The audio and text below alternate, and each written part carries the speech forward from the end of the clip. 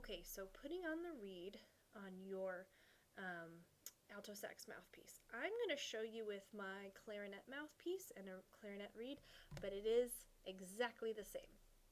So the first thing that you're going to want to do is actually soak your reed. So nothing special. You just put it in your mouth like a tongue depressor. Wait a minute, turn it back around.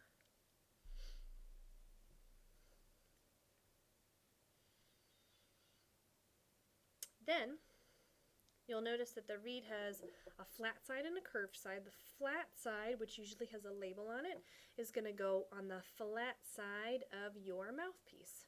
Okay? So it doesn't go inside that hole, it just lays right on top. And what you're going to want to do is line up the mouthpiece so that the reed comes right to the top and you just see a little sliver of black mouthpiece behind it. Okay? So one thing that you need to be really careful of is putting on your ligature. So what I would recommend, so there's how it's lined up. What I would recommend actually is putting your ligature on first.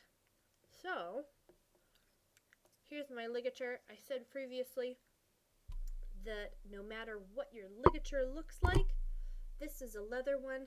This is always going to be on the right side. The knob's always going to be on the right side. So what I do, if I keeping my ligature on and then I put my reed on, I'm just going to push the ligature up just a little bit. Okay? Take my reed and just slide it underneath. Okay?